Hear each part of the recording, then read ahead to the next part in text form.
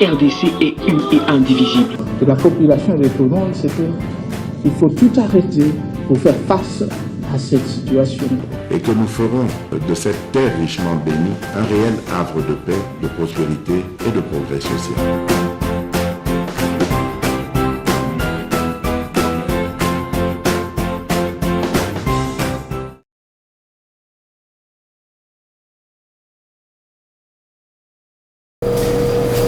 Bozaïbele, merci. Bozolanda MKB officiel.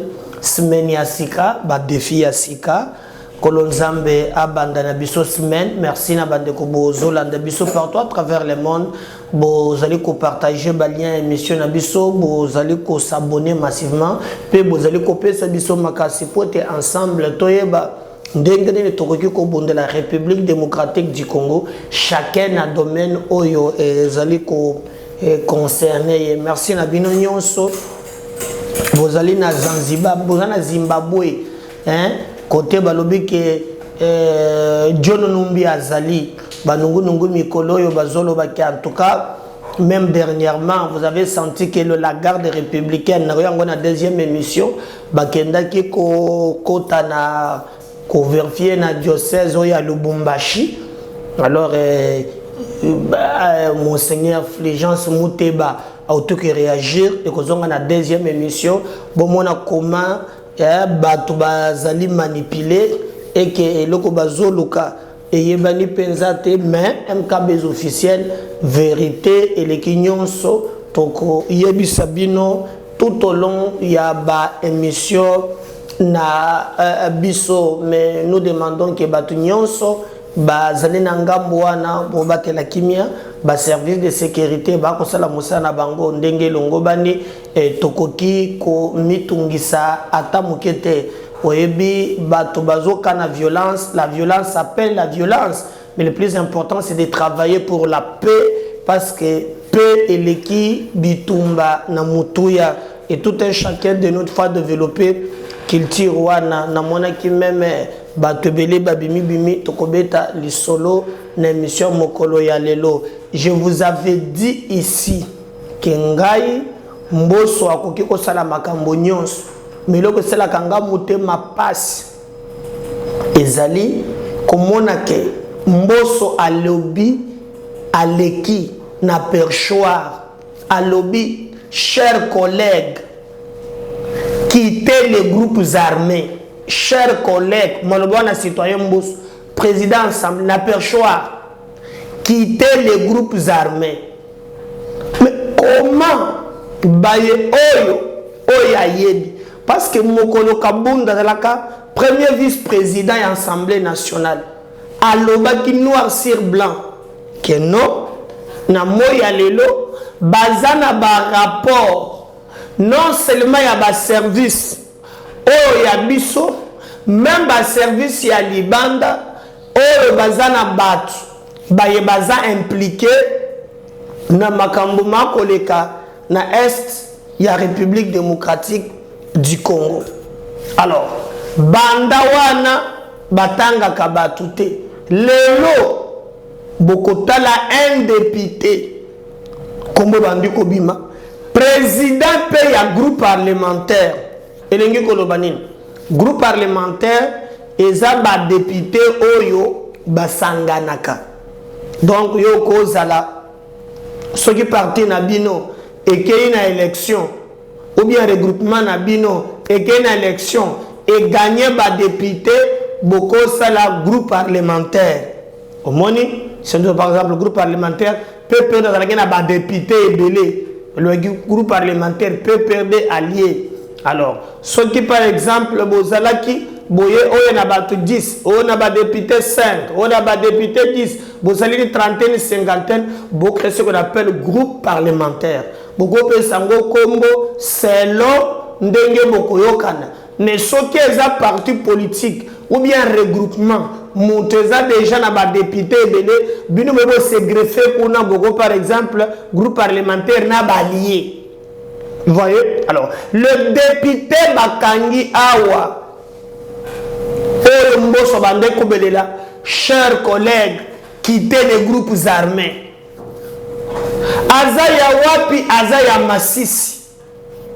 Masisi kuzoka mikolo yoke bitumbezo yinda kuna ba M23 bakimi bakoti boye se député aza eli ya Masisi.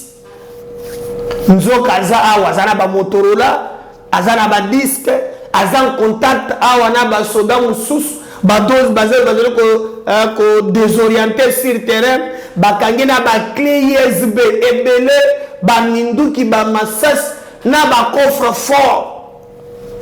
Chers collègues, quittez les groupes armés. Et puis, Sotali, balobi aza député Eli Reili. Vraiment, batu bamikotisa aza pemena président ya groupe parlementaire. Est-ce que vous vous imaginez nolenge metango otale pe longi yango. Otale pe même na ya mwasi na ye. Hein? Mais baza belé na sepeli que basambisi en flagrance. Mais baza belé. Macron le bien ou non? Depuis 1994, bien que je n'ai pas partagé son point de vue, na makambo mususu, mais makambo c'est la vérité. Depuis 1994, on était incapable d'organiser l'armée na biso, administration na biso. Ça fait mal, mais c'est la vérité. Mais c'est la vérité. Kabila a pris tout son temps de faire infiltrer notre armée. Parce que même quand on parle de Mobutu, papa, depuis Mobutu, hein, tout ça là qu'en armée, Moga respectait. Ces petits Kagame ne pouvaient pas qu'on tombe la Moussapi. Bêtise et Kokoma, avec cette histoire triste mémoire, il y a Fidel. Mais comme elle a vu ça. Et là, il y a Fidel. Mais ce n'est pas quelque chose. Oyo pensa vraiment bato bakote le mélano. On a infiltré notre armée. On a infiltré l'administration. Bissomoko. Kagame a beaucoup fait du mal au Congo. Mais avec moi, ça ne passera pas.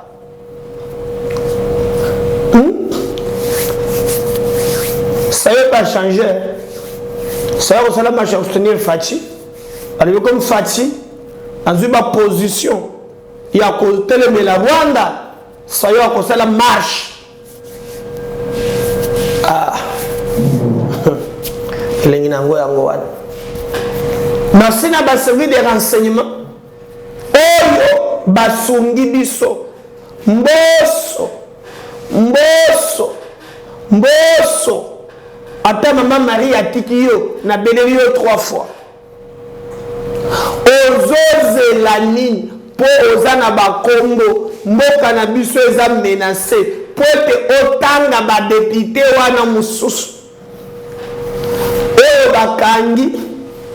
Bakangi parce que nos services d'intelligence bazalaki na ba info balobi à partir ya Kinshasa abandaki kotuta bazotinda ba info ekende kuna ma partir ya Masisi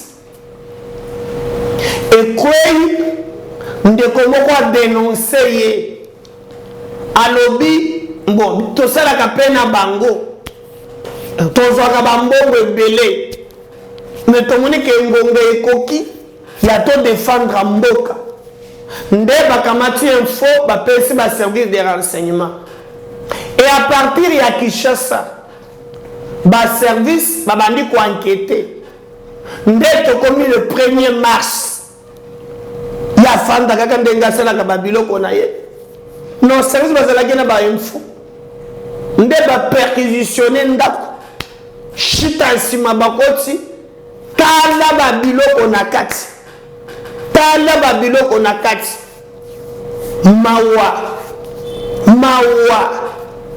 mawa okondima te me esalami mboko tokende wapi nzambe bato tosungi bato toyambi bango wana nde ennemi ya Congo ya liboso.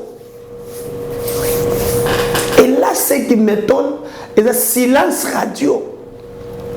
On comprend la minorité. Oh boy, boy. Mais regardez ce qu'ils font dans Mboka na biso.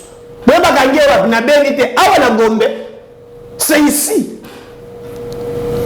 Awa na Gombe. Bakangaka bango nyonso. Donc on a plaidé na sengi na citoyen Mbosso. Il est grand temps.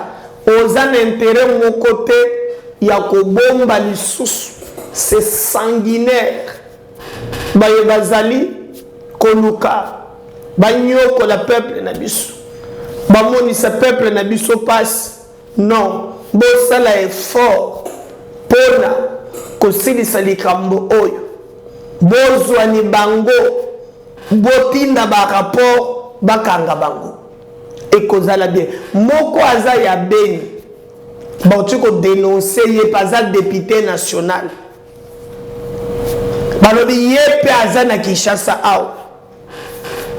Et audio ebimaki. Suite na yende na yoka. Ya yoka même na moni basambisi à flagrance. Mais moko anaza ya Beni je koza mutu ya parti RCD Kamel. O ya ba Jean ya Mbabumbusa Nyamwisi. Il est grand temps bandeko. Tu vas défendre Mboka. Mboka basakanaka nango te. Et ce groupe là il y a ba rebelle. Ils ont commencé les kambu mingi te parce que bazo la branche politique. Bazo zote mais sont des criminels. Même les gens qu'on appelle des députés, eux, en connivence, ils ont pas cinéma.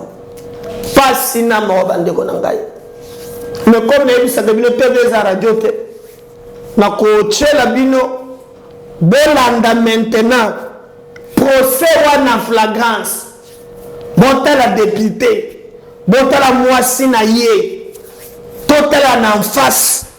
La vérité. Ce que vous avez Sangai, Mboka na biso, tokoki kokende wat, ce qui biso moko tobizu en charge. On suit député Mobomi Oyo. Siégeant en procédure de flagrance, la haute cour militaire dans sa chambre présidée par le général de brigade, magistrat Kalala Kapouk Martin, a ouvert vendredi 3 mars 2023 les procès de l'affaire du député national Edouard Mwanga Chuchu Izi, élu du Nord Kivu et président d'un groupe parlementaire à l'Assemblée nationale. L'auditeur général, ministère public près la haute cour militaire qui l'a amené en cette procédure précitée, s'est fait le devoir, conformément à la loi, de présenter à la haute cour militaire les faits reprochés aux prévenus. On retiendra de l'organe poursuivant que le prévenu député national Mwanga Chuchu Edouard a été interpellé et arrêté par les services des renseignements le 1er mars 2023 après une perquisition faite en sa résidence de la Gombe à Kinshasa en présence de son épouse Umubera Mukabaranga Mwanga Chuchu. Plusieurs effets, tant militaires que autres, ont été découverts par les 10 services des renseignements. Parmi ces effets, on peut citer une boîte rouge contenant 42 munitions de 9 mm de GP, une gaine de revolvers GP, 2 matraques électriques, des ordinateurs portables, 11 clés USB, des cassettes audio et cassettes d'enregistrement, plusieurs téléphones, des caméras Sony HD et Canon, des dictaphones, un coffre-fort de la couleur bleue et plusieurs autres documents. À en croire l'organe accusateur, cette perquisition a été effectuée à la suite des informations reçues par les services des renseignements à partir du Nord Kivu. Les effets ci-haut énumérés sont constitutifs des infractions de trahison, atteinte à la sûreté de l'État, détention illégale d'armes et munitions de guerre, association des malfaiteurs, participation à un mouvement insurrectionnel et incitation des militaires à commettre des actes contraires au devoir ou à la discipline, a dit le ministère public. Au cours de cette audience introductive, la haute cour militaire a reçu les serments de 3 nouveaux juges assesseurs dans la composition et a procédé à l'identification du prévenu Mwanga Chuchu Edouard. Ces derniers est natif de Bishusha. Je crois que Botali Ndekowana, Cela aussi nous pousse à réfléchir système sécuritaire et à mboka na biso. Je vois ba inconscient oyo batelemi lelo pona kokamata likambo komona ngo en terme ya Félix. Regardez maintenant le mal. Lorsque vous avez un député président d'un groupe parlementaire,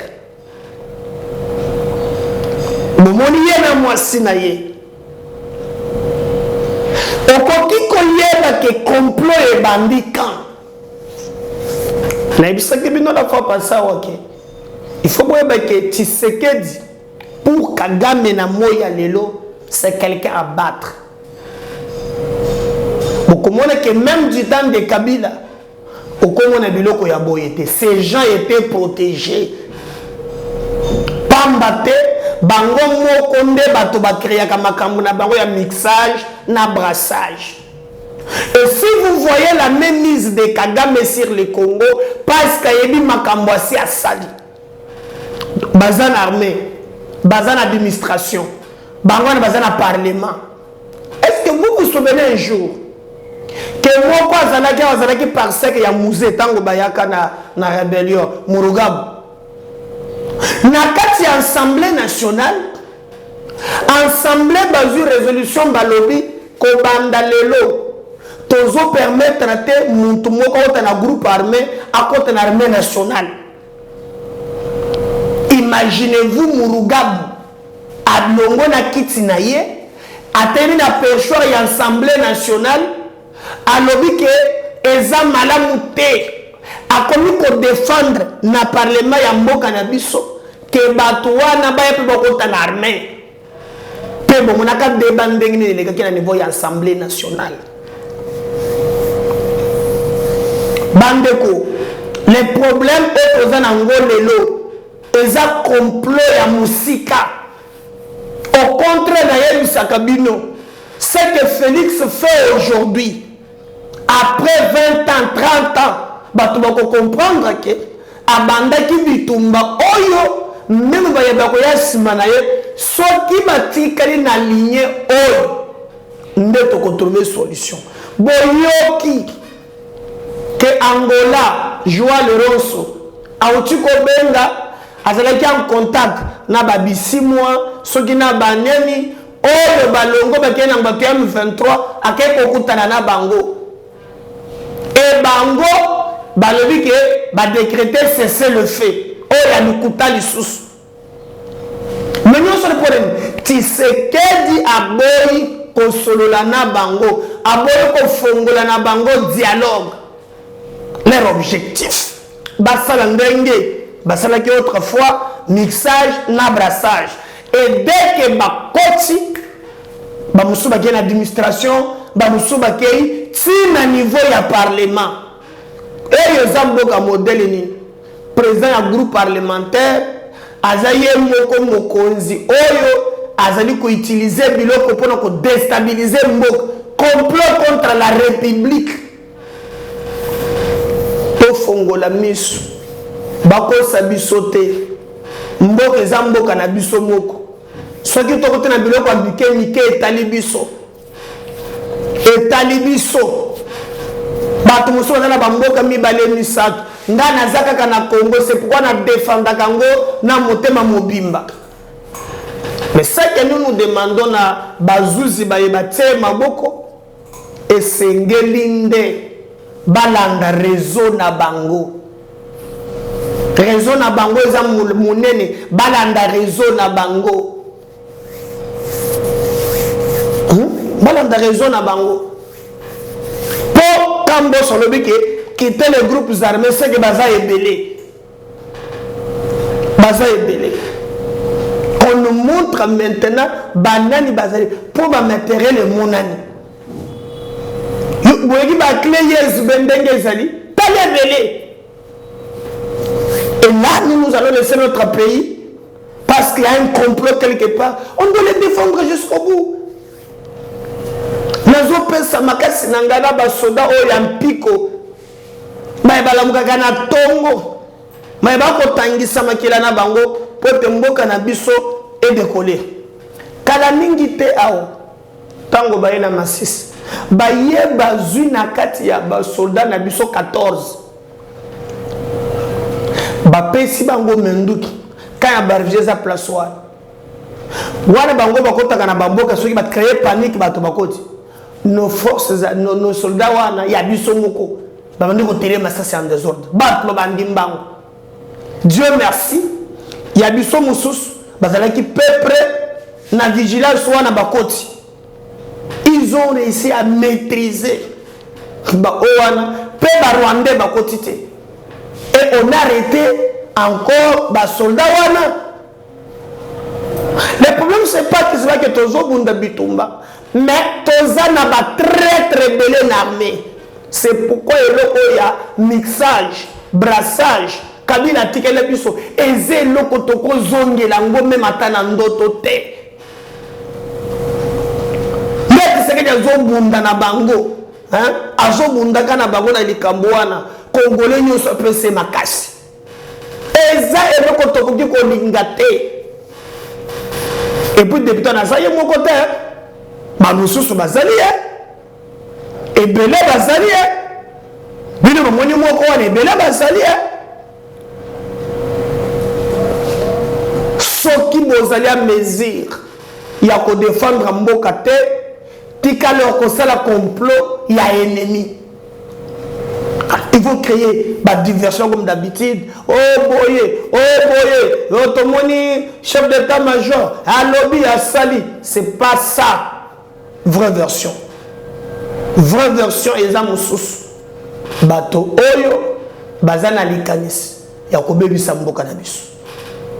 Totele mato simba na maboko. Totika te munguna kota. Ba soldat na biso ba yebali na front. Trouver ici, na mitema na biso, et c'est qu'il y a quoi accompagner bino, pour aller prêt, il y a quoi défendre la République. Les complots, et ça même, na Sénat, même na ba douane, na barini bazar,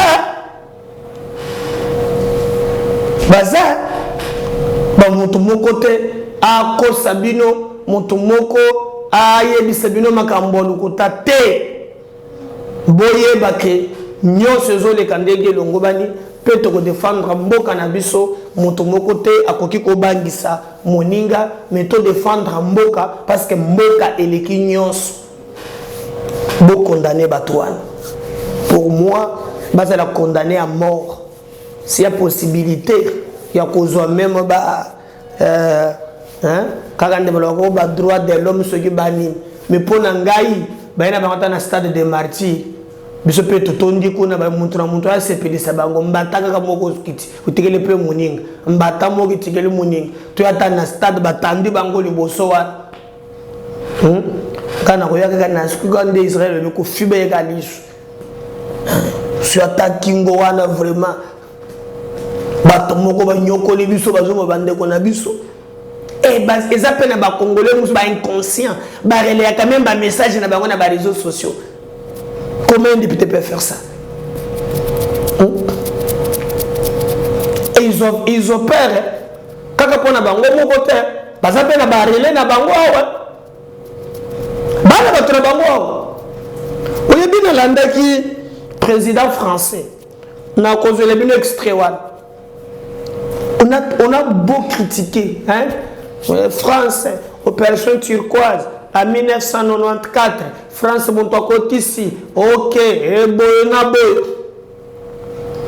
je suis en France. Macron a dit que sur le plan sécuritaire, on a tourné tout deux fois. Donc on va, ah, mais pas avoir raison. Bien sûr que moi, quand je vois na Rwanda zo tripoté audio ya Lukuta. Et puis le ministre de la Défense ya mboka na biso. Bakametse le na TV ya Rwanda. Bazo sa l'émission d'appel. Les Congolais capturent bazu séquence wana baye nango babandi conseil lango ba débat même na ba analyse, c'est très grave. C'est très grave. C'est très grave. Mais ce que Macron a dit, il peut ne pas avoir raison, mais à un certain moment, Maya Lobby, ils ont fait réfléchir Bissot 3 fois. Oui. Ça nous fait réfléchir 3 fois. Pas seulement les autres, mais nous-mêmes. La place où nous trouvons sur la salle, il faut réfléchir 2 fois. Est-ce que Makambo Lobby a aussi? Hein? Par rapport au Bissot de Zomana, il y a aussi. TV Radio T. Suivez quand même ce qu'il dit. Et na point wana.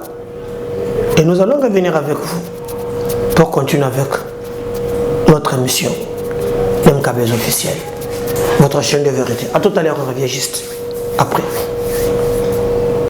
Merci pour vos questions.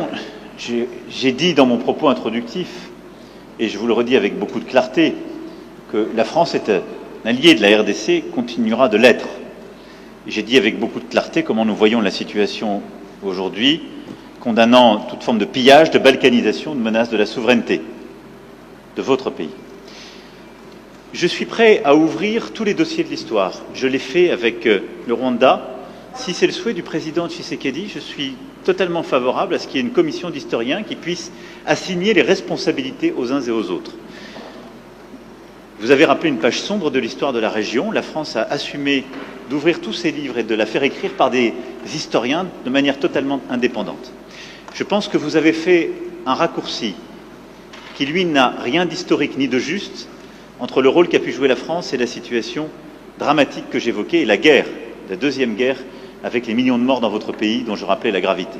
Donc je récuse le raccourci que vous avez fait et la responsabilité qu'on pourrait assigner à la France parce que je suis pour la vérité, mais toute la vérité, je ne suis pas pour prendre tous les fardeaux. J'essaie de prendre les miens, et c'est déjà bien. Donc, oui, pour une commission d'historiens, pour faire ce travail, s'il vous semble utile, s'il semble utile au président, et donner les faits. Ensuite, soyons clairs, quelle est la situation depuis 1994 ? Plusieurs pays de la sous-région, il n'y en a pas qu'un, plusieurs, sont rentrés dans votre pays, et plusieurs groupes rebelles y ont prospéré, captant d'ailleurs beaucoup de richesses minières économiques qui devraient revenir à votre peuple. Et depuis 1994, et ce n'est pas la faute de la France, pardon de le dire dans des termes aussi crus, vous n'avez pas été capable de restaurer la souveraineté, ni militaire, ni sécuritaire, ni administrative de votre pays. C'est aussi une réalité. Il ne faut pas chercher des coupables à l'extérieur de cette affaire. Et donc on en est dans cette situation qui a conduit à des drames absolus, à cette deuxième guerre, à des millions de morts, qu'on ne doit pas oublier, à la nécessité aussi, ce qui est une responsabilité qui doit se faire ici, ce n'est pas la France ou d'autres de le faire, de mettre en place une vraie justice, une justice transitionnelle qui est la clé pour que celles et ceux qui parfois ont tué soient jugés. Et parfois ils évoluent encore, ils sont là, ils sont encore avec des responsabilités. Comment voulez-vous qu'il y ait une paix durable et de la confiance dans un pays quand la justice n'est pas passée? Ne demandez pas, n'accusez pas la France pour quelque chose qui dépend de vous, là. C'est une réalité aussi. Mais très clairement, sur cette situation, depuis 30 ans, a pris un tour inacceptable. Donc voilà, oui pour faire la vérité sur l'histoire, non pour prendre tous les fardeaux, et si on est clair, soyons clairs jusqu'au bout et assignons toutes les responsabilités, y compris les responsabilités congolaises, y compris les responsabilités de la sous-région.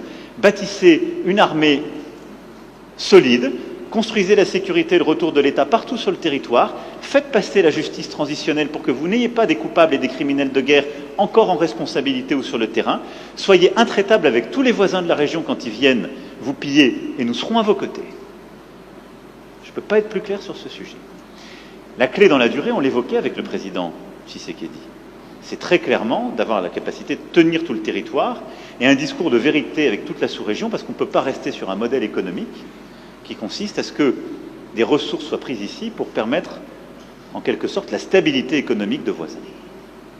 À ça s'ajoute un devoir aussi qui est de répondre à la menace terroriste. Je l'évoquais tout à l'heure rapidement. Les ADF sont des groupes qui n'ont pas de proxy régionaux. Ce sont des groupes terroristes sur votre sol qui menacent la stabilité et qui peuvent s'étendre, on l'a vu dans d'autres régions africaines, avec des conséquences terribles. Et ces mouvements terroristes islamistes, il faut aussi les combattre, c'est une question de sécurité nationale. Ensuite, pour ce qui est du M23 et des sanctions, j'ai toujours été très clair, et la France a constamment condamné le M23 et tous ceux qui le soutiennent. Et je suis ici pour que chacun prenne ses responsabilités, y compris le Rwanda. Aujourd'hui, la région assume ses responsabilités en mettant un plan de désescalade sur la table. Il est à ses premiers pas. D'abord, il marque une convergence entre des mécanismes qui étaient séparés jusqu'alors. Ensuite, il commence à fonctionner. En tout cas, je le regarde avec beaucoup d'estime, d'amitié, si je puis dire, et de soutien. Et nous sommes d'accord, y compris avec le président Tshisekedi, pour appliquer ce plan et donner une chance à la paix. Donc nous avons une opportunité de résoudre, je l'espère, la question du M23. Nous avons aussi l'opportunité de traiter, ce faisant, si ce plan avec son chronogramme sont appliqués, enfin la question des FDLR. Donc je vais être très clair, ce n'est pas aujourd'hui qu'on doit tout bousculer. Aujourd'hui, il faut donner une chance à ce plan, à la médiation angolaise, à l'engagement des uns et des autres résultats. Mais je serai tout aussi clair. Ceux qui feront obstacle à ce plan, et on le verra sur le terrain, puisque dans le cadre de la médiation, il y a un mécanisme de vérification sous pilotage angolais, qui pourra dire qui respecte, qui ne le respecte pas, avec des observateurs indépendants. Ceux qui feront obstacle à ce plan savent à quoi ils s'exposent, y compris à des sanctions. Merci. Je crée wana bolandi. Mandor ya wana pe ezana eloko moko ezosala rage. On va le dire que Tshisekedi a levé Macron, Mabé, il faut boyer que Macron et côté cher, dans le la France, moi j'encourage le président. Et pourquoi ils ont révolu? Oui, ils ont révolu. Ils ont révolu. De bons enseignements en tant que peuple. Léon paternaliste, il faut aussi là. Il faut coopérer entre États. Mais les rapports aussi, c'est entre les rapports de force. Oui, c'est les rapports de force. Il ne faut pas aussi on voit aussi les rapports de force sur le terrain. Bien que Macron est incapable de condamner le Rwanda, mais à la langue de bois, son droit le plus légitime, on suit cet extrait et on va revenir juste après. Réagir par rapport à cette question sur le compromis à l'africaine, enfin ce petit commentaire, pour dire que, voyez-vous madame, c'est justement ça qui doit changer dans nos rapports avec la France en particulier, mais l'Europe en général, l'Occident. Votre façon de voir les choses lorsqu'elles se passent en Afrique. Quand il y a des irrégularités aux élections américaines, on ne parle pas de compromis à l'américaine. Lorsqu'en France, il y a plusieurs années maintenant, lors des années Chirac, il y a eu un scandale sur des électeurs décédés qu'on a fait voter, on ne parlait pas de compromis à la française. Je crois qu'il doit y avoir du respect dans la considération que nous avons les uns envers les autres. Nous n'avons aucunement l'intention de galvauder l'opinion de nos électeurs. Le processus électoral est entamé. Nous avons tiré suffisamment la sonnette d'alarme pour dire que s'il y a risque de dérapage, ce n'est pas à cause des autorités du pays ni des responsables de la CENI, c'est simplement dû au fait que nous sommes un pays agressé par le Rwanda, l'agression à laquelle d'ailleurs a fait suite un déplacement massif de population, d'électeurs, qui pouvaient être en ce moment en train d'être enrôlés, mais qui malheureusement ne peuvent pas à cause du fait qu'ils sont loin de leur base. Et à cause de cela, nous risquons de prendre du retard dans l'enrôlement, et s'il y a retard dans l'enrôlement, il y aura retard dans le vote de la loi sur la répartition des sièges, parce que c'est très important, c'est en juin qu'elle doit intervenir, pour que nous puissions ensuite aller sur un processus électoral crédible. Sans cela, jusqu'à ce stade, je ne sais pas comment nous allons nous y prendre. Est-ce qu'il faut stopper le processus d'enrôlement des électeurs en attendant que la paix revienne, avec le risque que cela impacte sur le respect du calendrier, ou faut-il continuer le processus en ne prenant pas en compte les populations nombreuses de déplacés de guerre? C'est ça qui peut poser problème. Et si demain, nous allons aux élections dans des conditions difficiles, vous parlerez de compromis à l'africaine, alors qu'aujourd'hui, ces mêmes Africains sont en train d'attirer votre attention sur cette ignoble et injuste agression due au fait du Rwanda, et demandons même des sanctions, personne n'en parle. Voilà ce que je voulais apporter comme précision pour dire, ça aussi, ça doit changer dans la manière de coopérer avec la France et l'Europe. Regardez-nous autrement, en nous respectant, en nous considérant comme de vrais partenaires, et non pas toujours avec un regard paternaliste, avec l'idée de toujours savoir ce qu'il faut pour nous, et non pas pour...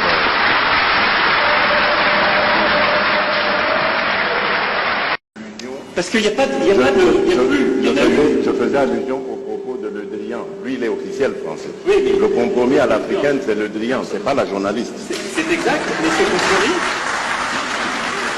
Mais cette formule, Président, on sait d'où elle est sortie et on sait le contexte électoral. Non, mais on sait le contexte électoral. Et il n'y avait pas de caractère de mépris dans la formule de Jean-Yves Le Drian. À Nairobi, d'ailleurs, grâce à toi, on a pu s'expliquer avec... Et la France a beaucoup œuvré, vous le savez ô combien, pour qu'il y ait alors une alternance, qui n'aurait pas été à ce moment-là un mécanisme spontané. Je ferme cette parenthèse, mais je voulais faire... Partagez les liens, commentez, likez. À tout à l'heure, la deuxième numéro. Bye.